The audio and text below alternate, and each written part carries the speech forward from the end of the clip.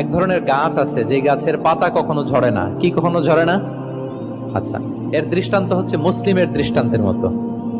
হাদ্দিসুনি মাহিয়া, বলো তো এটা কোন গাছ? যখন বলছে কোন গাছ, সাহাবারা চলে গেছে অনেক দূরে। তারা মনে মনে ভাবছে এত সহজ প্রশ্ন তো রাসূল সাল্লাল্লাহু আলাইহি ওয়াসাল্লাম সহজ হলে তার জিজ্ঞেস করবে না, নিশ্চয়ই আনকমন কোনো গাছ।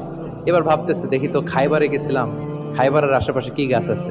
ওই যে তাবুকে ঘুরে আসলাম, তাবুকের প্রতিমধ্যে ক্যাকটাস, গুলমলতা, আরবের কি কি গাছ। ঘুরতে ঘুরতে সবাই দেখে না ওগুলোর তো পাতা ঝরে।